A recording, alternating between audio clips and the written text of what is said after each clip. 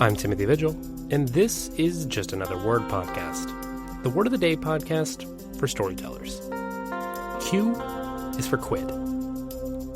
Slang is a language that rolls up its sleeves, spits on its hands, and goes to work. Carl Sandburg. If you've watched even a few minutes of British television or listened to an English comedian, you've likely heard the word quid. Can you lend us a quid? Or it costs 50 quid. For the uninitiated American audience, it's a bit of a mystery. But for millions of people across the pond, it's the only word for money that feels real. It's a word with its sleeves rolled up, doing the dirty work of daily commerce. Technically speaking, a quid is slang for £1 sterling, the base unit of the English currency. But unlike buck for a dollar, the origin of quid is shrouded. It's a bit hazy. The most common theory is that it comes from the Latin phrase quid pro quo, meaning something for something. It represents the very essence of an exchange. But others suggest it might come from Quidhampton, a royal mint, or even an old Gaelic word. But for the storyteller, the origin of the word quid specifically doesn't really matter, as much as the way it's used. By the time a word becomes slang, its history is often buried under centuries of daily life. But the fascinating thing about slang, like quid, is how it becomes invisible to so many people who use it. Slang is like the wallpaper of our vocabulary. It becomes so embedded in the way that we speak, in the way that we think, in the way that we act, that we don't even realize we're using so much of it until we step outside of our own circles. As writers and storytellers, we have to be aware of the trap of defunct slang. See, slang is a living thing. Words like quid live on. They survive year after year, generation after generation, but so much doesn't. So much of slang breathes, grows, and eventually dies. But it can be embedded in our brains well before we've realized it dies. We don't often realize that our slang has become a fossil. If you write a modern teenager using slang from your childhood, or my childhood, the reader will feel the friction. The word might not have changed, but the world has moved on, leaving the specific piece of language behind. I think for millennials like myself, it's been a harsh reality lately, realizing that the things that we used to say haven't been cool for a while. But using slang like quid can be a powerful way to ground your writing.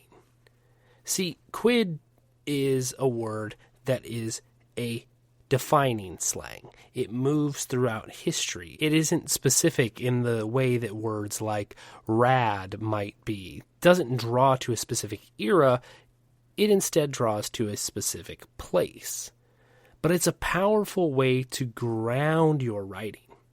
Using quid to talk about money grounds your character as someone who is from England, someone who understands, someone who uses the daily vocabulary. When an American goes over there and starts saying quid, it sounds unnatural because it is unnatural. But a character who uses the right words for the day is perfect. Now, you do have some things that you can run into, some major problems when using slang in general.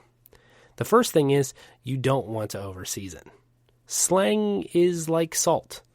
A little bit makes your dialogue savory and real, but too much makes it inedible or unreadable. If every sentence is quid this and in it that, the prose becomes a caricature. You have to use it sparingly to flavor the character's voice. And maybe you do have one character who is constantly speaking in slang. And this can work if they work within the realm of the story you're in. Context, though, is your dictionary. Never pause your story to explain what a quid is. If a character says, "I've only got a quid left, I can't afford the bus," the reader will figure out that you're talking about money, even if they've never heard the term.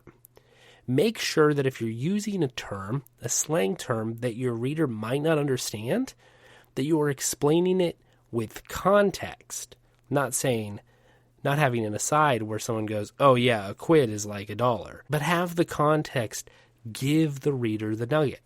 Trust your audience to learn the language of your world through the actions and the needs of your characters. This becomes specifically true if you're writing in a second world, like a fantasy or sci-fi story that takes place on another planet or in another galaxy. You need to let the reader understand what the words mean. Give them small doses. You're creating this new word that means money, and letting your reader understand that helps. It helps ground them in the world. It helps ground them in the story.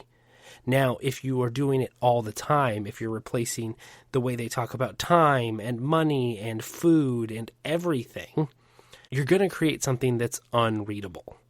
You have to pick your places, and you have to let context do its work. But the powerful thing that slang does is it builds in history. Slang can provide instant backstory. A character who says quid tells us something about their upbringing. It tells us about where they're from.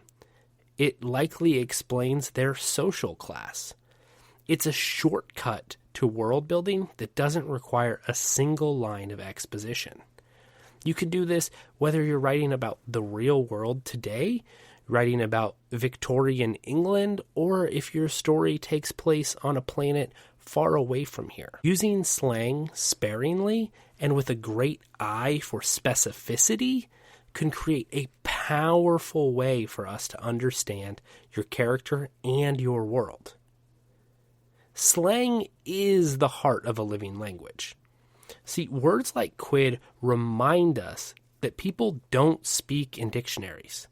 They speak in shortcuts, in jokes, and half-remembered Latin. In your next version of your story, pay attention to the wallpaper of your character's speech. Are they using the language of the street or the language of a textbook? Embrace slang, but keep your ear to the ground. Because the moment a word feels too comfortable, it might already be on its way to becoming history. Your story will benefit if you add in these kind of details, but it can also fall flat if you're not using them correctly.